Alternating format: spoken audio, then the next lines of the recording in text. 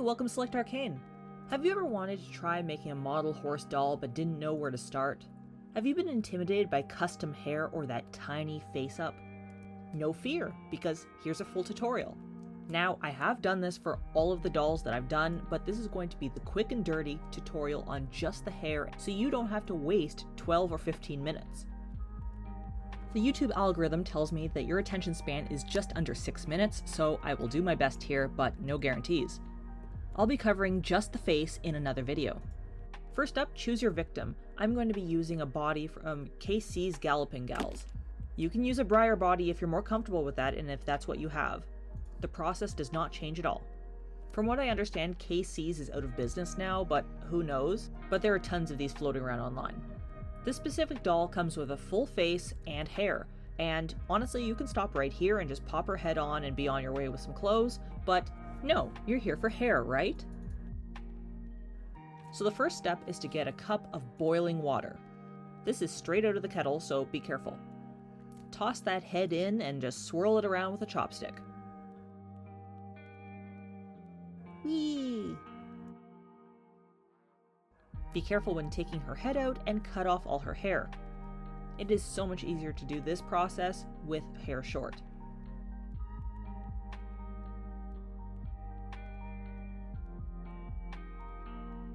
Next up, take some needle nose pliers and start plucking out all of that hair out of the neck hole. The boiling water helps soften the glue inside the head and it's easier to pull it out. It's still going to take a little bit of work, so turn on some videos, rewatch my channel, you know the gist. Now you have a bald and naked face. Hairing is honestly super easy and really quick. Don't be intimidated. After the first time you do it, you'll be doing it in your sleep the next time. Take an X-Acto knife and just cut along the top of the head. I used some pen to mark out where I was going to be cutting just along the center line using the current holes of the part. If you wanted box braids like I've done here, then cut the other side of the slit as well. Today we're just going to be doing a regular old part, so don't worry about it. The best part of this whole process is choosing the hair color for your doll. At least that's my favorite part.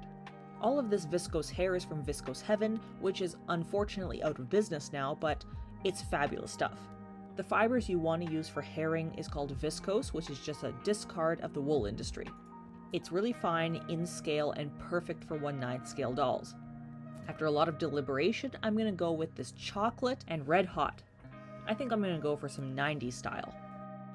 There's no scientific way to do this, just wrap your hair around the doll's head and see how much you'd like. I'm going to go for a mid-shoulder, slightly longer look, so I want to make sure I have enough hair on both sides to accommodate that, plus a little bit of extra that's going to be sticking into the head, holding it in. I just do a rough measure, cut, and lay aside. Same with the red. I'm going to be using a lot less red because it's going to be an accent color. Next, I take a generic sandwich bag and I lay down those wefts of hair. I'm using Elmer's glue all, but you can use tacky glue or anything else. And I glue down the ends of one side. Before I glue it, I like to fluff it out a little bit and separate it so that it's lying relatively flat and not clumped together.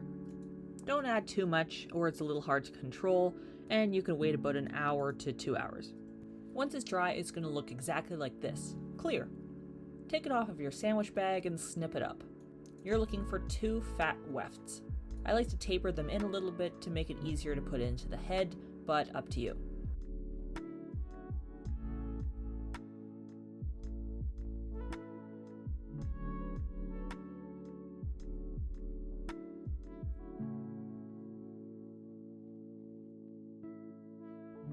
At this point, you're probably wondering why you made such a big hole in the head. I like to use an X-Acto knife or a chopstick to stuff each weft in one at a time. Go in glue first, that's the whole reason you did that, and that's going to act as an anchor. One weft is going to fall right and the other weft is going to fall left, which means that you're going to have hair on each side of the head.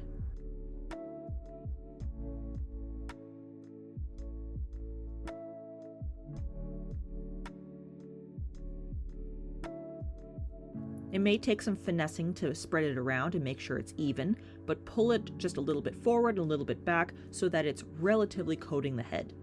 At this point, it's not glued down or anything, so just be careful you don't yank it out of the head. I add my red on top, and fold it to the side that seems a little bit barer. Keep the doll head upside down and squeeze glue in through the neck hole. Use a chopstick or a toothpick to mash that around inside the head to kind of anchor that glue down. Be generous, but not generous enough it's going to start popping through the top of the head. Where are my toothpicks?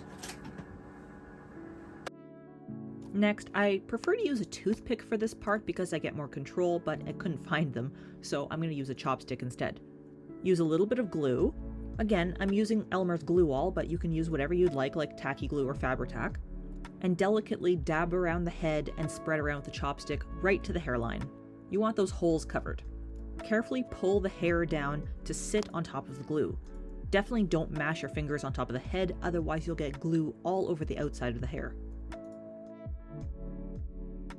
Repeat for the other side.